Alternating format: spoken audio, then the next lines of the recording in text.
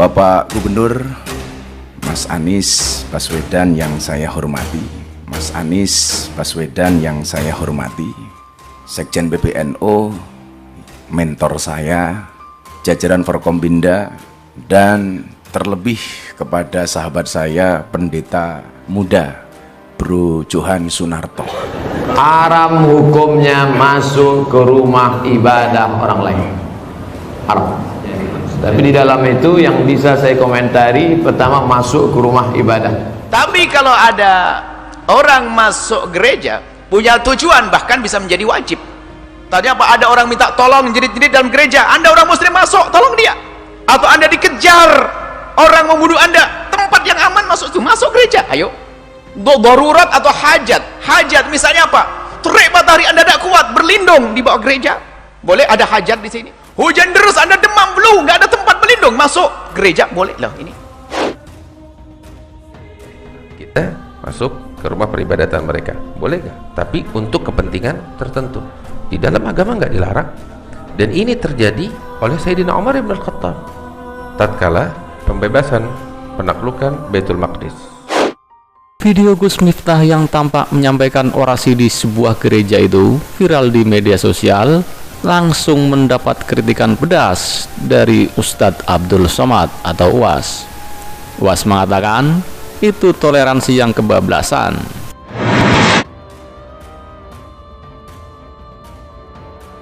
Islam tak perlu diajari bagaimana berinteraksi sosial dengan saudara kita non muslim.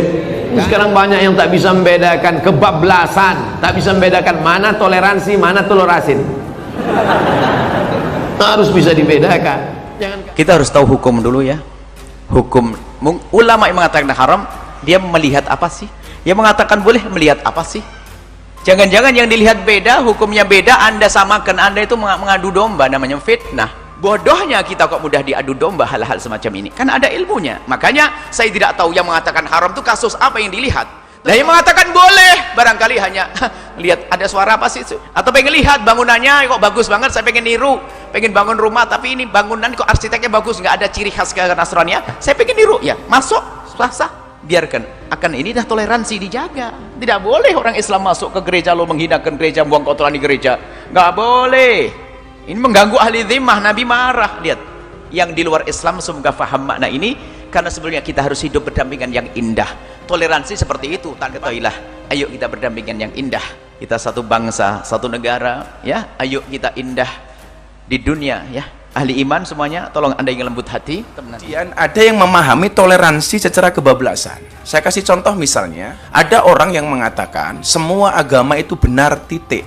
Saya pikir kalimat ini tepat tapi kurang lengkap. Bagi saya yang benar adalah semua agama itu benar bagi penganutnya. Kenapa harus tambahkan penganutnya? Kalau semua agama itu benar, titik, saya khawatir nanti pendeta Johan tiap hari ganti agama. Kenapa? Karena dengan gampangnya kita meremehkan, toh semuanya benar kok. Maka kalimat yang menurut saya diksi yang paling tepat adalah semua agama itu benar bagi penganutnya. Bagi pendeta Johan harus mengatakan bahwa agama yang saya yakini adalah yang paling benar, tetapi bukan berarti kita diperbolehkan untuk menyalahkan agama orang lain. Makanya kemudian di dalam surat Al-An'am, dalam Al-Quran, Allah Subhanahu wa Ta'ala berfirman, dan janganlah kamu memaki sembahan selain Allah, karena mereka nanti akan memaki Allah dengan melampaui batas tanpa pengetahuan. Sederhananya adalah, kalau kamu tidak mau agamamu dihina oleh orang lain, maka jangan pernah kamu menghina agama orang lain. Bahkan Rasulullah pernah mengatakan, mau nggak orang tua kamu dihina? Mana mungkin wahai Rasul, kami menghina orang tua kami. Apa jawaban Rasul? Kalau kamu tidak mau orang tua kamu dihina oleh orang lain, maka jangan sekali-kali kamu menghina orang tua orang lain.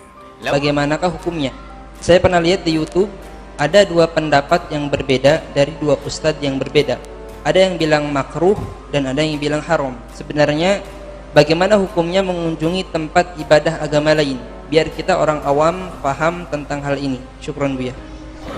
Haram hukumnya masuk ke rumah ibadah orang lain, haram. Anda jangan buat fitnah ini, jadi jangan suka mengadu-ngadu ini. Maka kalau ada perbedaan, kalau ulama tahrir mahalun niza, apa sih yang diperdebatkan ini? Nabi tidak mau masuk ke tempat kalau ada berhala. Nabi tak mau masuk rumah kalau ada berhala di situ. Nabi tak mau masuk. Apakah berubah iman Nabi kalau masuk ke dalam?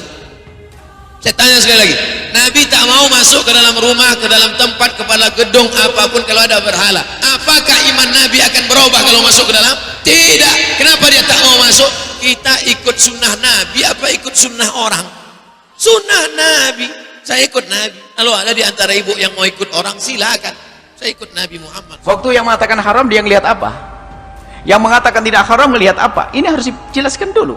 Lah urusannya beda, yang dihukumi beda, hukumnya beda, kok mau disamakan, berantem nanti. Nah, di sini.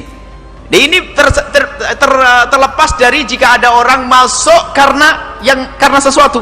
Selesai. Anda pengen tiba-tiba masuk gereja, pengen apa sih di gereja kok ada suara-suara? Apa sih itu? Itu adalah masuk saja. Ini yang dibahas. Tapi kalau ada orang masuk gereja punya tujuan, bahkan bisa menjadi wajib. Tadi apa? Ada orang minta tolong jerit-jerit dalam gereja, Anda orang muslim masuk, tolong dia. Atau Anda dikejar orang membunuh Anda, tempat yang aman masuk itu, masuk gereja. Ayo. Darurat atau hajat. Hajat misalnya apa? Terik matahari Anda tidak kuat, berlindung di bawah gereja. Boleh, ada hajat di sini. Hujan deras Anda demam flu, nggak ada tempat berlindung, masuk gereja boleh loh. Ini jelas kan masalah ini. Jadi jangan dicampur aduk ini permasalahannya. Makanya saya tidak tahu dia masuk itu apa perasaannya. Nah, yang menjadi haram masuk gereja lah ini haram. Yang menjadi haram masuk gereja adalah jika yang punya gereja tidak mengizinkannya. Berarti Anda merusak persatuan. Sudah bilang jangan, Anda masuk. Loh, Anda ini apa sih? Merusak persatuan umat. Lihat, Islam itu indah menjaga. Yang kedua, Anda orang Islam masuk gereja ingin merendahkan, menghinakan gereja, haram, tidak boleh. Anda menyakiti ahli dhimmah. Indah ya. Saya mulai dari sini. Atau Anda masuk ke tempat tersebut berbarengan dengan syiar dan ibadah mereka. Anda datang tok di tempat karena Anda membesarkan syiar mereka. Apalagi Anda memberikan misalnya memberikan bunga-bunga atau apa, itu lebih lagi. Anda masuk bersama syiar mereka, apa perlumu? Nah ini makanya yang mana yang dikatakan haram ini harus satu-satu ini. Nah kalau Anda masuk untuk membesarkan syiar mereka, berbarengan dengan ibadah mereka, maka ini menjadi haram. Selesai ya di sini. Jadi ada dibedakan. Saya tidak tahu apa yang dimaksud oleh Ustadz yang mengatakan haram, pembahasannya apa. Dari sini kita udah paham bagaimana. Ya orang yang mau masuk gereja untuk menyembah selain Allah, ya dilarang. Tapi kalau untuk kepentingan yang lain, nggak dilarang. Kalau bicara hukum sama bahasan tadi udah selesai. Ini sedikit agak bukan melenceng sih, ada kaitannya juga. Kisah kakek saya Habib Salim bin Jenda. Habib Salim dakwah di daerah Sulawesi sampai 3-4 tahun dia tetap di sana. Di antaranya masuk ke daerah Bunaken, dia dirikan masjid di situ dan seterusnya. Masuk di daerah Sulawesi pelosoknya. Satu kali dia bikin, artinya masyarakat situ bikin acara besar, minta Habib Salim ceramah. Kebetulan di masjid agungnya, di masjid besarnya. Nah ini masjid bersebelahan sama gereja. Habib bicara di masjid, bicara tentang apa tahu? Sayyidatuna Maryam binti Imran, kisah kelahiran Nabi Isa sesuai versinya Al-Quran. Ya kita tahu kisahnya sangat indah sekali. Usai acara, Habib keluar dari masjid. Begitu keluar, dihadang sama pihak gereja. Yang sama Habib semuanya udah pasang badan. Habib bilang, tenang, dulu ada apa nih? Kita lihat dulu ada apa. Samperin sama Habib. Pihak gereja bilang sama Habib, tadi Habib bicara begini cerita. Iya, kenapa? Habib, kita dari pihak gereja pengen minta Habib bicara hal yang sama di gerejanya kita. Ini orang-orang kita nggak pernah dengar kisah kelahiran Maryam binti Imran, kelahirannya Isa sebagaimana yang Habib sampaikan. Besoknya dibikinin di acara di dalam gereja. Terus hidayat di tangan Allah. Tugas kita nyampaikan. Dia mau masuk Islam, dia nggak mau masuk Islam, itu bukan hak kita. Tapi tugas kita risalah yang benar sampai kepada mereka.